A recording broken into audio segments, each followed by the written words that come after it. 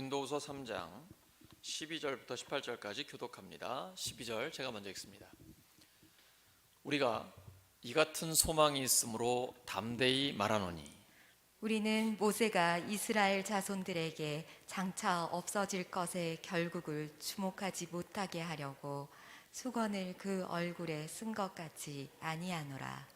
그러나 그들의 마음이 완고하여 오늘까지도 구약을 읽을 때에 그 수건이 벗겨지지 아니하고 있으니 그 수건은 그리스도 안에서 없어질 것이라. 오늘까지 모세의 글을 읽을 때에 수건이 그 마음을 덮었도다. 그러나 언제든지 주께로 돌아가면 그 수건이 벗겨지리라. 주는 영이시니 주의 영이 계신 곳에는 자유가 있느니라. 함께 읽습니다. 우리가 다 수건을 벗은 얼굴로 거울을 보는 것 같이 주의 영광을 보매 그와 같은 형상으로 변화하여 영광에서 영광에 이르니 곧 주의 영으로 말미암음이니라. 아멘. 고린도후서 네 번째 시간, 스펙 아니고 스피릿, 스펙 아니고 스피릿이라는 제목으로 하나님의 말씀 전하겠습니다. 본문은 12절에서 18절이지만 우리가 3장 전체를 함께 묵상하도록 하겠습니다. 3일 전에 제가 설교 준비를 하고 있는데 도마에 칼질하는 소리가 아주 경쾌하게 들리더라고요. 우리 권사님들이 음식 준비를 미리부터 하고 계셨습니다.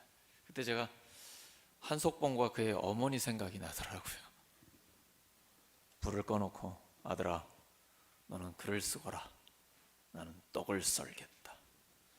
권사님들은 무를 써시고 저는 말씀을 준비하고 있었습니다.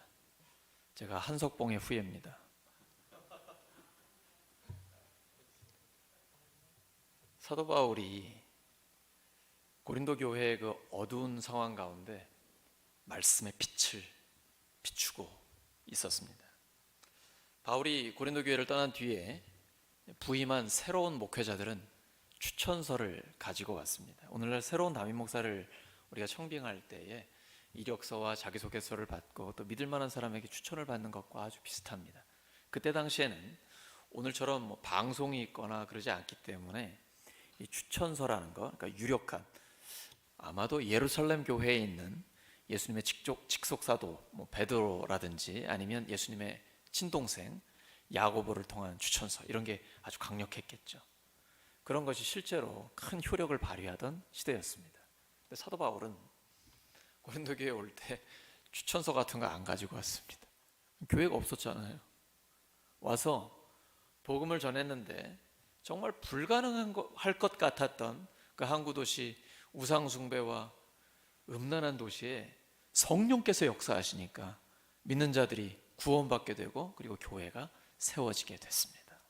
근데 이제 개척한 교회를 떠나 순회 목회를 하고 있는데 나중에 온 후임 목회자들이 사도 바울은 추천서도 없다고, 우리는 예루살렘 지도자들한테 이렇게 베드로한테 추천서를 가지고 왔는데 말이야, 사도 바울한테는 권위가 없다고, 그리고 그 사람 직속 제자도 아니고 한때 이 교회를 핍박하던 자 아니냐 막 이러면서 바울과 교회 성도들 사이에 이간질을 하고 있었던 거죠. 근데 사도 바울이 이렇게 말합니다. 추천서가 필요하십니까? 바로 여러분이 저의 추천서입니다. 내 마음에 새겨진 추천서입니다. 사람이 한 게 아닙니다. 성령께서 역사하셔서 하나님이 직접 쓰신 그리스도의 편지가 바로 여러분입니다. 마음에 감동이 오지 않으세요? 바울은요, 성도들을 가슴에 품고 있는 거예요. 그래서 난 손으로 글씨로 쓴 그런 게 필요하지 않습니다. 왜냐하면 하나님의 말씀을 전했고 성령께서 역사하셨을 때 여러분이 변화됐잖아요.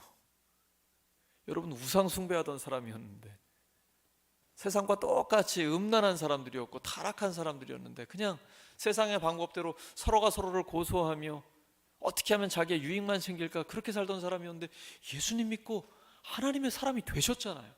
여러분의 표정, 말, 행동 다 변화됐잖아요. 그것이 강력한 추천서입니다. 다른 어떤 것도 필요하지 않습니다. 진짜 추천서는 하나님의 말씀을 듣고 변화된 성도들 자신입니다. 바울은 지금 이렇게 이야기하고 있는 거예요. 변화된 삶, 변화된 모습, 그리고 성령을 통해 이루어진 말씀의 열매, 이것이 진정한 추천서입니다. 하나님의 말씀을 가르치고 배우는 것은 하나님이 우리에게 사랑의 편지를 쓰고 계신 것입니다. 우리가 지금 예배 드리는 것은 오늘 찬양한 것처럼 하나님의 얼굴을 뵙는 것입니다. 하나님의 영광을 보는 것입니다. 우리가 영과 진리로 하나님 앞에 예배를 드리고 하나님은 우리에게 능력의 말씀을 주셔서 하나님의 음성을 듣게 하시고 우리의 영혼을 치료해 주십니다. 한 사람 한 사람에게, 예배자에게 하나님 말씀하고 계십니다. 우리의 예배는 하나님의 영광의 그 얼굴을 뵈러 오는 것입니다. 모세가 하나님을 만났잖아요. 하나님을 뵈었잖아요. 근데 얼굴은 뵙지 못했습니다. 죽기 때문에 하나님께서 너는 내 등을 잠깐만 봐라. 그리고 나서 내려왔는데 이스라엘 백성들이 모세의 얼굴을 감히 볼 수가 없는 거예요. 너무 빛이 나는 거예요. 그 안에 영광이 있는 거죠. 하나님의 등만 살짝 봤는데도 그러한 겁니다. 모세는 하나님의 영광을 경험했어요. 그리고 그 모세를 보는 사람들 또한 이것이 진정 주님의 영광의 광채이구나, 그들은 알 수가 있었습니다. 하물며 돌판에 새긴 십계명, 그 율법을 받아온 모세도 하나님의 영광을 경험했는데 우리에게는 그리스도의 복음이 있습니다. 하나님이 직접 이 땅에 오셔서 우리를 위해 십자가에 죽으시고 부활하셨고 이제 우리에게 그 생명의 복음을 주셨습니다. 그 복음을 전하는 자, 복음에 합당한 삶을 살라고 사명을 감당한 우리에게 얼마나 더 큰 영광이 있겠습니까? 바울은 우리에게 바로 그 영광이 있다라고 선포하고 있는 것입니다. 고린도 교회 성도들이 또 바울의 후임자들이 바울을 막 공격하고 있지만 끄떡 없어요. 왜냐하면 그에게는 확신이 있기 때문이에요. 나는 하나님께로부터 보냄받은 사도이다 라는 확신, 나에게 하나님이 복을 맡겨주셨다라는 확신이 있기 때문에 전혀 흔들림이 없습니다. 우리가 하나님의 일꾼인지 아닌지는 추천서가 아니라 사역의 열매로 증명합니다. 그래서 두려운 것입니다. 우리에게 지금 어떤 열매가 있는가 하나님 아시고 우리 자신도 알고 있기 때문입니다. 말로 하는 것이 아니라 능력으로 하는 것이고 하나님의 일을 감당하는 것은 거기에 사역의 분명한 열매가 나타나게 되어 있습니다. 사역의 목표가 무엇입니까? 과연 열매란 무엇입니까? 예수님을 닮은 사람을 만들어내는 것입니다. 우리의 사역을 통해 교회 성도들이, 또 학생들이, 목장의 목원들이, 가정의 자녀들이 점점 더 예수님을 닮아가는 것입니다. 예수님을 닮는다는 것은 어떻게 변화되는 것입니까? 두 가지가 대표적이에요. 예수님은 죽기까지 순종하셨습니다. 땀방울이 핏방울이 되도록 흘리며 기도하시면서 내 뜻대로 마시고 아버지 뜻대로 되기를 원합니다. 그리고 십자가에서 죽으시기까지 순종하셨습니다. 예수님은 이 땅에 오셨을 때 자기 선언을 하셨어요. 내가 온 건 섬김을 받으러 온 게 아니라 섬기러 왔다. 그리고 정말 생명을 내어주시기까지 섬김의 모범을 보여주셨습니다. 순종과 섬김, 이것이 바로 예수님의 삶의 두 가지 특징이에요. 우리가 예수님을 닮는다는 것은 점점 더 하나님께 순종하고 그리고 이웃을 잘 섬기는 것입니다. 그런 사람이 성령 충만한 사람입니다. 성령 충만이라는 어떤 열광하는 게 아니에요. 성령이 충만하다는 건, 성령은 곧 주님, 예수님입니다. 예수님으로 충만하다는 건 우리의 삶이, 우리의 인품이 예수님을 닮았다라는 거예요. 그게 성령의 열매죠. 갈라디아서 5장 22절 23절. 오직 성령의 열매는 사랑, 기쁨, 평화, 오래 참음, 친절과 선함, 신실하다, 믿을 수 있다, 온유하고 절제, 셀프 컨트롤, 자기를 관리할 줄 아는 것. 이게 바로 성령의 열매, 예수님의 성품을 닮은 것입니다. 또 하나는 성령의 은사죠. 우리 각자에게 은사를 다 주셨습니다. 은사가 없는 사람은 없습니다. 나 예수 믿은 지 얼마 안 됐는데 무슨 은사가 있게. 고린도전서 12장 7절에 분명히 기록되어 있어요. 각 사람에게 성령의 나타남을 주셨다라고 기록이 되어 있습니다. 성령의 은사는 모든 사람에게 주어졌습니다. 다른 사람과 비교할 필요 없어요. 나에게 주신 은사를 통해 하나님은 역사해 주시는 것입니다. 이렇게 성령의 은사가 나타나고 성령의 열매가 풍성히 맺는 것, 곧 그리스도인으로서 능력의 삶을 살고 예수님의 성품을 닮아가는 것, 이게 성령의 충만함이에요. 곧 예수님을 닮았다라는 것입니다. 이것이 우리의 사역의 목표고, 사역의 열매는 이렇게 나타나야 됩니다.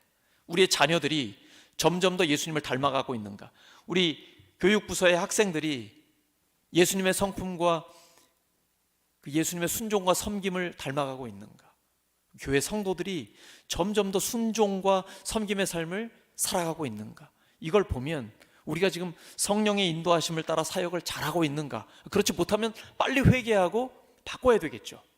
사역의 열매를 통해서 분명한 하나님의 추천서가 나타나게 되는 것입니다. 목원들은 목자 목녀의 추천서이고 자녀들은 아빠 엄마의 추천서입니다. 예수님 믿는 데는 스펙이 아니고 스피릿이 필요합니다. 교회를 얼마나 오래 다녔느냐, 직분이 무엇인가, 이게 중요하지 않습니다. 어떤 스피릿, 어떤 정신을 가지고 살아가고 있는가, 예수님 믿는 데는 이게 가장 중요합니다. 물론 요즘 우리에게는 스펙이 중요합니다. 직업을 구할 때 그렇죠. 사람에게는 먹고 사는 그 직업의 길이 중요하죠. 그것만 있으면 됩니까? 아니죠. 더 중요한 영혼의 길이 있죠. 우리의 영혼을 살릴 수 있는 하나님의 길을 찾아야 합니다. 그것이 바로 스피릿. 영어 성경에 보면 대문자로 써놔서 그게 성령입니다. 성령의 충만함을 받을 때 예수님을 닮은 사람들을 만들어낼 수 있습니다. 우리 자신을 볼 때에 두 가지로 대해야 합니다. 첫 번째는 하나님께서 예수님의 생명을 내어주실 정도로 소중한 하나님의 사람입니다. 그래서 나는 하나님 앞에 하나님의 형상대로 지음받은 너무나 소중한 존재입니다. 또 하나는 나를 죽여야 됩니다. 죽여야 할 대상입니다. 내가 그리스도와 함께 십자가에 못 박혔나니, 죄악된 자, 예수님과 관계없고 예수님 믿기 이전에 그 죄악된 자는 죽여야 합니다. 두 가지로 보셔야 돼요. 존귀한 존재, 또 하나는 죽여야 할 자. 그래서 바울은 나는 날마다 죽노라 라고 외치는 거예요. 나는 날마다 내 자아를 죽입니다. 그때에 존귀한 예수님을 닮은 예수님의 제자의 삶이 우리에게 드러나게 되는 것입니다. 이 세상에서 이렇게 변화된 인간이 할 수 있는 가장 영광스러운 일이 있습니다. 그것은 하나님의 말씀을 전하는 것입니다. 사람이 하나님의 말씀을 전하는 것입니다. 교사로서, 목자, 목녀로서, 그리고 한 명의 그리스도인으로서 아직 믿지 않는 사람에게, 우리의 다음 세대에게 하나님의 말씀을 전하는 것, 이것이 가장 영광스러운 일입니다. 또 하나는 하나님의 말씀을 듣는 것이 가장 영광스러운 일입니다. 하나님의 말씀을 전하고 하나님의 말씀을 듣고 그 성경적 가치관, 성경적 세계관으로 세상을 바르게 보고 하나님의 뜻대로 살아갈 때 그 삶 자체가 영광이 되는 것입니다. 이런 점에서 저는 굉장히 행복한 목사입니다. 우리 교회 성도님들은 간절히 하나님의 말씀을 들으시고 하나님의 말씀을 들으면 그 말씀대로 순종하려고 애쓰며 몸부림치는 게 보이기 때문입니다. 이것이 정말 행복한 교회, 행복한 성도 아니겠습니까? 그래서 제가 요즘 만나는 목회자들마다 그렇게 얘기합니다. 울산 성결교회보다 더 좋은 교회 있냐고. 우리 교회 아니면 어떤 교회가 그런 일을 할 수 있겠냐고. 한 목사님 달라졌다고 얘기하는데, 이렇게 하나님의 말씀을 붙들고 하나님 말씀대로 살려고 하잖아요. 그러면 북한의 핵도 두려워할 필요가 없습니다. 사도행전 1장 8절이죠. 오직 성령이 너희에게 임하시면 너희가 권능을 받고, 여기 권능의 원어가 다이너마이트입니다. 폭발력이 있다라는 거예요. 우리가 교회의 역사, 인류 역사를 알고 있습니다. 성령께서 임하시면 놀라운 폭발적인 능력이 나타납니다. 핵폭탄은 사람을 죽이죠. 성령의 능력은 사람을 살립니다. 뭐가 더 무섭고 뭐가 더 강력합니까? 우리는 역사를 알고 있잖아요. 사람을 죽이는 폭탄이 그렇게 강합니까? 아니요. 사랑이 가장 강력합니다. 그래서 예수님은 전지전능하신 하나님이 사람을 죽이는 왕권이나 군사력을 사용하지 않으셨어요. 오히려 당신의 그 사랑을 가지고 십자가에서 죽어 주셨습니다. 그리고 부활로서 영원한 우리의 주님이 되셨습니다. 우리에게 그 십자가와 부활의 복음이 있습니다. 이 성령의 역사로 부흥의 역사가 나타나게 되면 북한의 핵 두려워할 필요가 없어요. 우리 안에 더욱 놀라운 폭발적인 능력이 나타나기 때문입니다. 인간의 사상, 인간의 방법으로 이거 안 됩니다. 그걸로 영혼을 살릴 수 없어요. 오직 복음만이 영혼을 살릴 수 있습니다. 복음은 인간의 사상이나 상식이 아니에요. 하나님의 약속의 말씀입니다. 바로 이 복음을 우리에게 주셨습니다. 이 복음은 믿지 않는 자를 믿게 하는 구원의 능력이 여기에 있습니다. 또한 믿는 자들에게는 더욱 우리에게 새로운 능력을 주셔서 하나님 영광 위에 살고 싶은 열정을 우리 안에 일으켜 주십니다. 그렇다면 예수님 믿고 복음을 전하는 그리스도인들은 어떤 스피릿, 어떤 정신을 가지고 살아야 할까요? 첫째, 5절에 나옵니다. 복음을 전하는 우리의 자격이 하나님께로부터 났다라는 것입니다. 바울은 이런 확신이 있습니다. 우리의 자격은 사람이 주는 게 아니에요. 무슨 신학교를 나오고 누가 추천하고 이게 중요한 게 아니라 우리의 자격은 하나님께로부터 왔습니다. 이런 확신이 있어야 돼요. 사도 바울은 하나님의 추천서가 있기 때문에 흔들리지 않습니다. 어떠한 공격을 받아도 끄떡하지 않아요. 왜냐하면 하나님이 나를 보내셨다. 내 자격은 하나님께 있다라는 확신이 있기 때문입니다. 성도들에게 이런 확신이 있어야 돼요. 옆 사람 축복해 주시기 바랍니다. 당신의 자격은 하나님께로부터 왔습니다.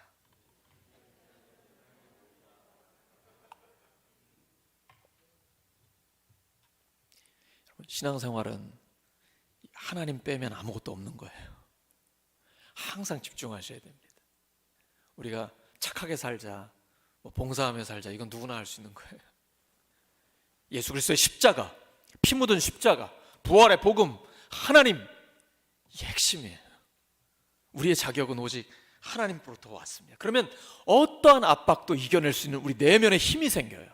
사도 바울은 예수 그리스도를 통해 하나님으로부터 오는 믿음으로 넘쳐나는 거예요. 그러니까 사람들이 아무리 많은 사람들이 압박을 가해도 그것 때문에 눌리지 않아요. 그 안에 흔들림이 없는 확신이 있기 때문입니다. 이 시대가 그렇지 않아요. 이 시대에 악의 특징이 있습니다. 하나님을 가볍게 여겨요. 그래서 제가 오늘날의 많은 성도들이 어떤 말씀을 좋아하나 좀 주의 있게 봅니다. 재밌는 말씀, 웃기는 이야기, 이런 걸 많이 들어요. 저도 좋아해서 한번 들어봤어요. 볼 때 들을 때는 좋아요. 재밌어요. 웃겨요. 다 듣고 나면 남는 게 없어요. 하나님의 말씀을 잘못 전했다는 얘기예요. 영광의 원뜻이 있어요. 히브리어로 카보드고 헬라어로 독사예요. 이 말은 무겁다라는 뜻입니다. 존귀하다, 명예롭다, 그리고 찬양이라는 뜻이 있어요. 무거움이 있는 거예요. 그래서 하나님의 영광을 경험한 사람은 삶에 무게가 있고 하나님이 중심이 되어 있습니다. 모든 중요한 것들 중에 가장 중요한 하나님을 찬양하는 것, 이것이 바로 하나님께 영광을 돌리는 것입니다. 우리는 하나님의 영광을 보는 사람입니다. 그리고 주의 영광을 위해 살아가는 사람입니다. 고린도후서 4장 4절입니다. 시작. 그들의 경우를 두고 말하면 이 세상에 신이 믿지 않는 자들의 마음을 어둡게 하여서 하나님의 형상이신 그리스도의 영광을 선포하는 복음의 빛을 보지 못하게 한 것입니다. 하나님의 형상이신 그리스도의 영광을 선포하는 복음의 빛을 보지 못하게 한다. 누가요?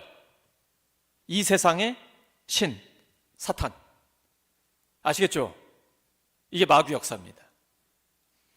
사탄이 아주 은밀한 가운데 절대로 드러나지 못하게 하는 게 있어요. 예수 그리스도의 복음의 빛이에요. 사람을 보지 마세요. 그 배후에 있는 마귀 역사를 보셔야 합니다. 마귀는 어차피 지옥 갈 놈이기 때문에, 제가 놈이라고 했습니다. 사탄은 어차피 지옥 갈 존재이기 때문에 어떻게든 사람들을 끌고 같이 가려고 합니다. 그래서 복음의 빛이 비치지 못하게 하는 거예요. 악한 영의 역사를 막으셔야 합니다. 우리는 복음의 일꾼들이요, 복음을 전하라고 하나님께서 보내주신 하나님의 사람들입니다.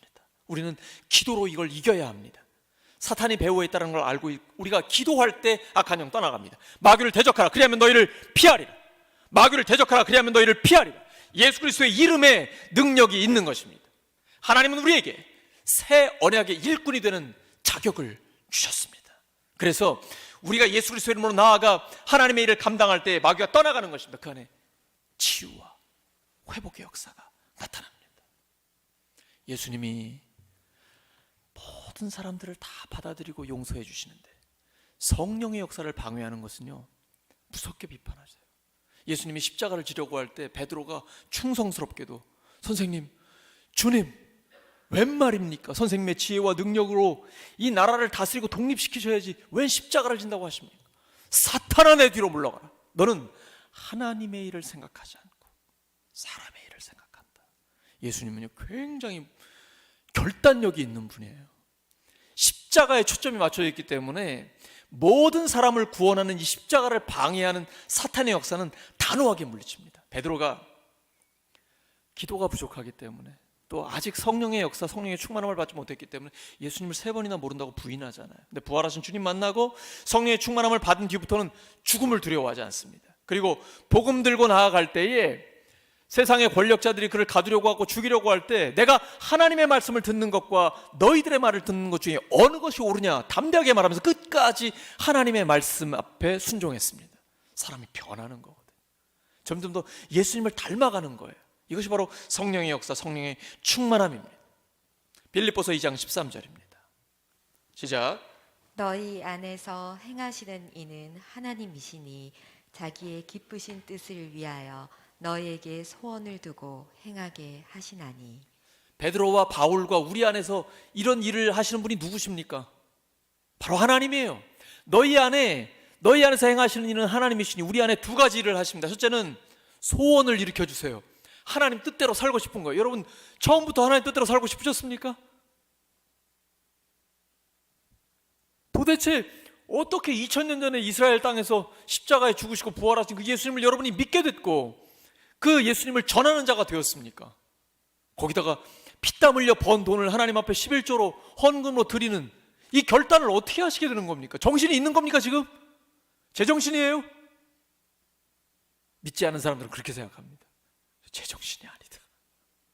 그게 어떤 돈인데 이 소중한 쉬는 날에 이게 성령의 역사입니다.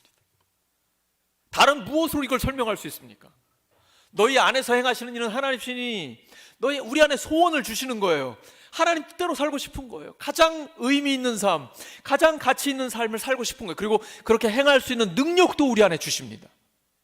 우리 안에서 역사하시는 성령님이 계시기 때문입니다. 바로 그걸 통해 성령의 충만함을 받으면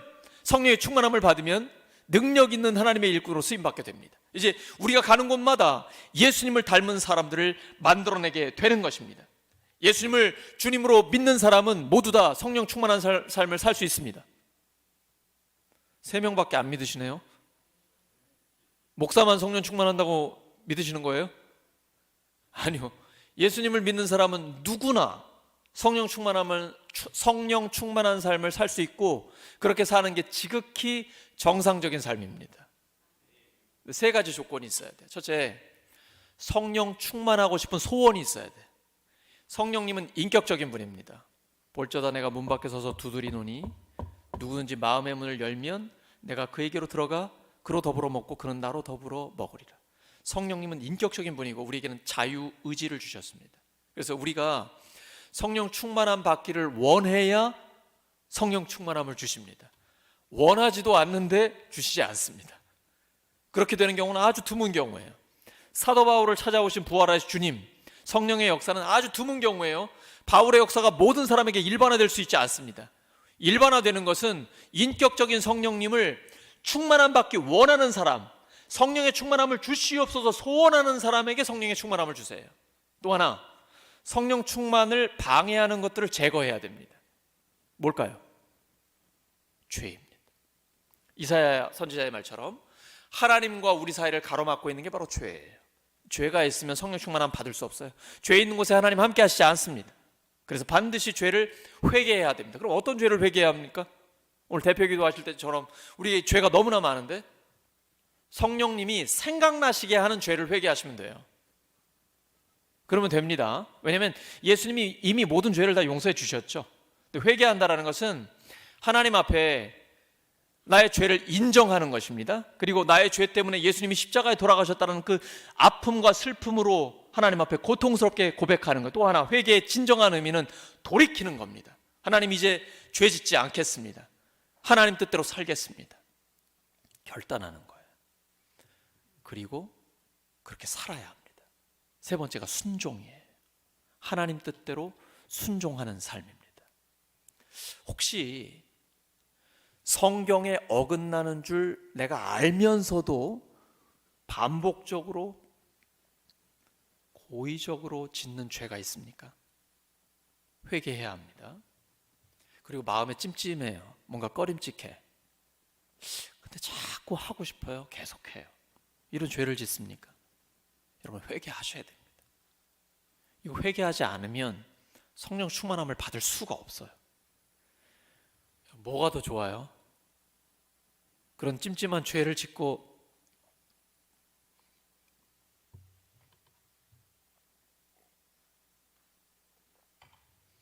말초신경 자극하는 거 그거 즐기는 게 좋습니까? 아니면 성령 충만함을 받는 게 좋습니까? 선택하셔야 돼요. 반드시 성령 충만은 받을 수 있습니다. 요한복음 1장 14절입니다. 시작. 그 말씀은 육신이 되어 우리 가운데 사셨다. 우리는 그의 영광을 보았다. 그것은 아버지께서 주신 외아들의 영광이었다. 그는 은혜와 진리가 충만하였다. 예수님께 영광이 있습니다. 그에게는 은혜와 진리가 충만합니다. 이제 우리에게 영원한 영광을 약속해 주셨습니다. 모세는 하나님의 등을 잠깐 보고 영광의 광채가 그의 얼굴에서 빛났습니다. 우리에게는 영원한 영광을 약속해 주셨습니다. 바울에게는 이러한 소망이 있기 때문에 흔들리지 않는 거예요. 세상 가운데 흔들림 없는 능력의 종으로 쓰임받기를 원하십니까? 우리에게 영원한 영광의 소망이 있다라는 확신을 가지시기 바랍니다. 또 하나 빌립보서 3장 21절입니다. 시작. 그분은 만물을 복종시킬 수 있는 권능으로 우리의 비천한 몸을 변화시키셔서 자기의 영광스러운 몸과 같은 모습이 되게 하실 것입니다. 곧 우리가 점점 더 예수님을 닮아가게 된다는 확신이에요. 신앙생활의 묘미는 여기에 있습니다. 내가 변하는 것입니다. 내가 의도하지 않고 인지하지도 못해요. 자기도 모르게 점점 더 예수님을 닮아갑니다. 신기한 일이죠. 이게 성령의 역사예요. 하나님 성령의 충만함을 주세요. 자나깨나 그 기도하는 거예요. 성령의 충만함을 주세요. 그리고 죄를 지으면 즉시 회개합니다. 하나님 뜻대로 순종하려고 몸부림쳐요. 그러면 자기도 모르는 사이에 점점 더 예수님을 닮아갑니다. 이게 성령의 충만함이에요. 그리고 자기의 삶에 성령의 열매가 맺혀지게 되는 것입니다. 오늘 말씀 정리합니다. 그리스도인은 이런 스피릿, 정신을 가지고 삽니다.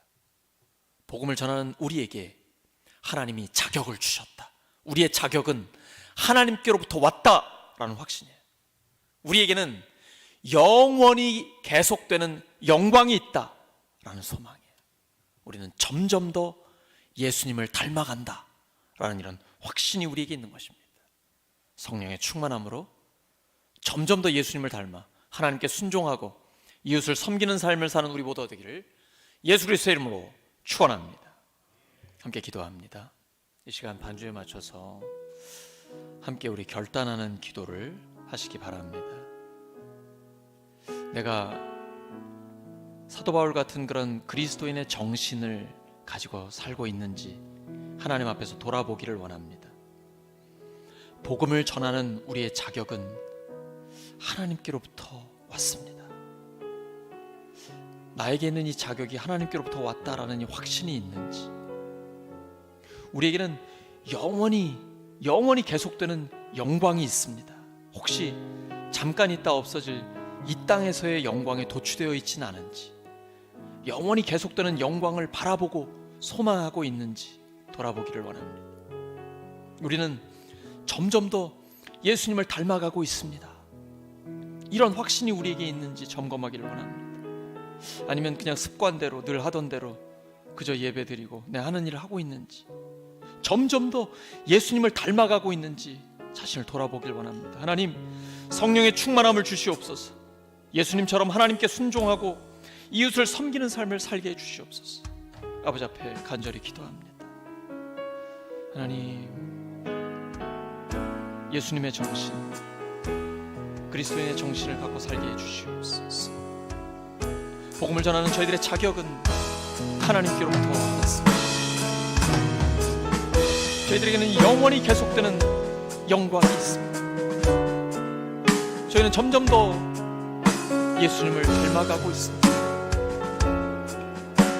성령으로 충만하여 예수님처럼 하나님께 순종하고 이웃을 섬기는 삶을 살게 하여 주시옵소서. 오 아버지, 저희들을 사용하여 주시옵소서.